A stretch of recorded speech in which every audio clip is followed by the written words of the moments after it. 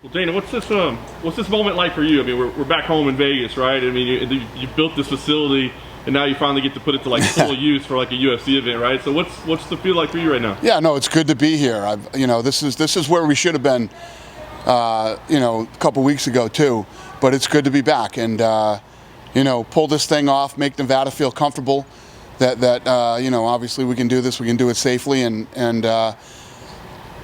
get back to normal.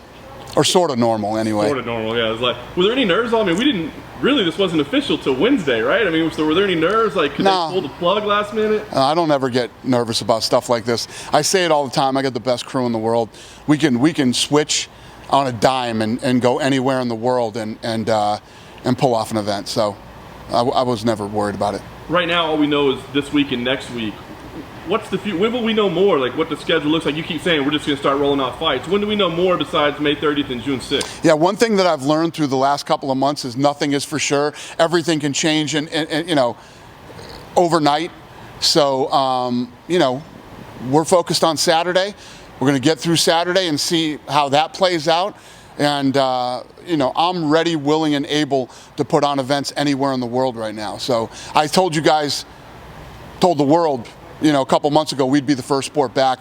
We'll also be the first sport back with fans. So, I'm working on lots of different things right now for this summer. Do you have an idea how long you expect the Apex to be home? I mean, you said first back with fans. I mean, I know you're in touch with the president and all that. I mean, any idea when we might see fans again, or how long you expect to run here? Obviously, it's gonna be different state to state, country to country. I'll never make a move that I don't feel is safe for my staff, the fighters, you guys, the fans. So when the time is right, in the right place, we'll do it. Nice. A couple of quick fighter questions for you. And with the right technology. Yeah. In Florida, we had the surprise retirement of Henry Cejudo. You said you'd let him cool off a little bit, talk to him a little bit. But it sounds like you moved on. Did you guys have a conversation? Because a lot of us thought maybe it was a negotiating ploy. Have you had No, it wasn't. I told you guys last time I talked to you. He's been talking about retiring. This guy's been a professional athlete his entire life. I think he's tired of cutting weight. He's tired of, everybody wants to make it a money issue. Ask Henry what he made in his last fight, if he wants to tell you. I had this argument this morning on ESPN. It's like, if he wants to tell you, ask him what he made. And I think you will then realize it probably wasn't a money issue. Well, speaking of money issues, can we ask about Jon Jones? I mean, he says that you're not being truthful about what happened. Yeah. He wasn't asking for an absurd amount of money. What can you say about that situation? Yeah, it's fun working out in the gym in the morning, seeing tweets from Jon Jones saying I'm lying. We have text messages from Jon Jones.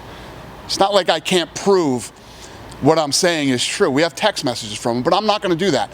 I'm not going to put his text messages out in the press. I could. If Jon Jones wants to sit down and take a lie detector test about who's lying and who's not, we can do that too. So, I don't want to go there with this guy. The guy's made a lot of money. Made a lot of money. If you look at Jon Jones' track record, show me somebody that has the track record this guy has and has made the money that Jon Jones has made. Doesn't happen. And it's not like I'm out here on some smash Jon Jones crusade. I like Jon. I'm the one actually saying there is no debate. There is no argument. He's the GOAT. No matter what you think of his last two fights, the three people that matter said he won the fight. So, the guy's gone undefeated. He's fought everybody. He's fought all the best in the world, despite what he's been doing to himself outside of the octagon. Going through legal battles, drugs and alcohol, all the things that's gone on with Jon Jones, he is still the world champion, I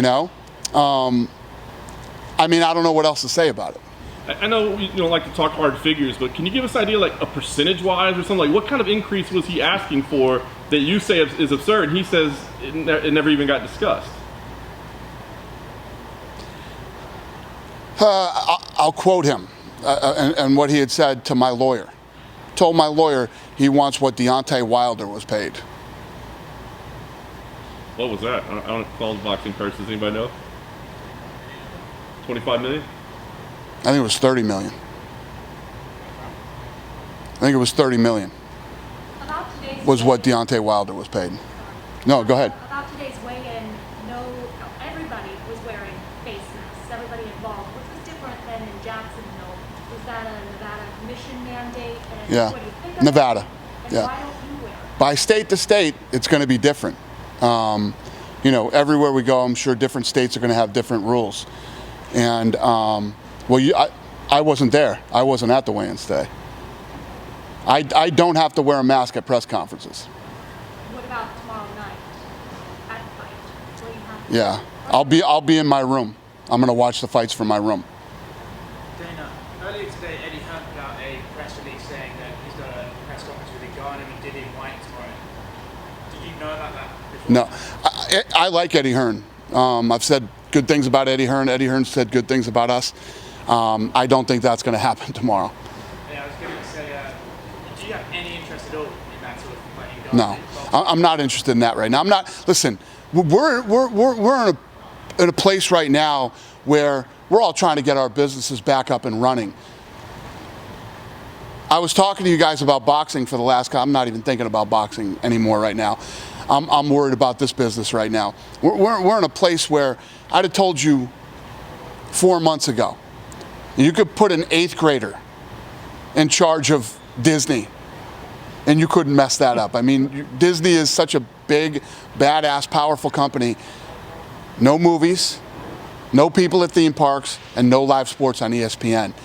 Who would have ever thought that would happen? And the one thing that I've learned through this is you never know. So many different things can happen to your business overnight, and even the untouchables can get hurt. Dana, after you pulled off the logistics of putting on the fight 3 weeks ago in Jacksonville, what did you learn from that experience that you think you'll take that you can apply to tomorrow in terms of... What we learned from Jacksonville? Well, what happens is, you know, we put together the plan that many people looked at and agreed with, that they thought was a good plan. Then it's just about implementing. You come in and, you know, our crew is used to doing things one way. Now there's a lot of other extra things we have to do. So the more you do it, the better you get, the more efficient you get. And it's not that we're going to learn anything different, it's just we're going to become more efficient at doing it this way. Will there be any difference in the presentation of the product tomorrow night? No. It should look exactly the same on TV. Dana, we've seen this back and forth between Masvidal and Usman, someone saying this and that, but Masvidal saying, oh, he could end up fighting Nate. Has anyone even spoken to Nate? Does Nate even know that? Somebody said that what? Masvidal says he might end up fighting Nate Diaz. Listen, my guys are all... They're all going quarantine crazy right now, man. Everybody's sitting in their house, losing their minds. Everybody's on social media. No place to train. No fights lined up. We got to knock tomorrow out, get the 6 done, and get back on schedule and start putting together these big fights with everybody, because everybody's losing their minds right now. When's Fight Island happening? Got to Fight Island update. Yeah. Fight Island is in a great spot. I'm not announcing where it is until... I think that the fantasy of Fight Island I don't want it to eclipse the reality of Fight Island. You know what I mean? So the fans and the media have run away with this thing. I'm like, man, we're not saying anything about Fight Island until we have some damn good images of Fight Island, because I think the fantasy is completely... I saw an ESPN plane flying into the island and stuff like that. It's, yeah. What's the most ridiculous thing you've heard about Fight Island? I think people have this idea of tiki torches and, you know, me sitting in some huge throne watching the fights, and, it's fun, it's cool, but, sometimes the fantasy, eclipses the reality of it. Is there a target date though? Huh? Yeah, I don't know. Target date for the first event? Huh? Do you have the target date for the first event yet for Fight Island? No. Still. No. Some of the big matches that I'll have it next week. some of the big matches that could be made, are they worth it financially if you can't have a gate? Yeah, no, that's a great question. That's if you look at these other sports right now, are we going to go or are we not going to go? The big problem for all sports right now, me, them, is the gate. I mean, we'll lose over $100 million this year. Over $100 million. And it would be much easier for me to sit back and say, let's wait this thing out. waiting this thing out is a good option for a lot of people right now because there's no gate. That's why aren't they releasing all these movies?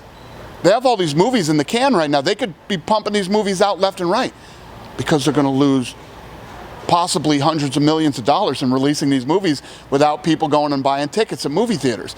Usually goes movie theaters, then it goes to some exclusive, paid window, and then it gets released everywhere, then on TV, then, financially it's hard to operate right now with the way that things are going on, but I'm moving forward. I don't care. I'm gonna push through this. One of the things that we've always done is we figured out how to run our business without the help of anybody, Back in the days when we didn't have media, back in the days when we didn't have pay-per-view, we didn't have television, we didn't have all these things. We had to figure out ways to run our business. And that's just the way that I've always been built since we got into this thing. So that's why I knew we'd be first. And, it's just, yeah, I mean, you're right. It's tough without gates, but you don't hear me talk about it. You don't hear me bitch about it.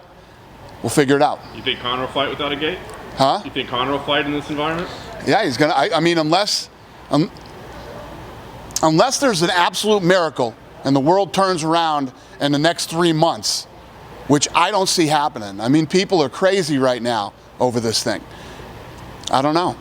I would look 3 months ago. Ask me any question about this business. I will tell you. It's a fact, definite. This is what's going to happen. This is what I don't know anymore. I don't know. Since this thing started, I've been trying to get ahead of it and get ahead of it and get ahead of it.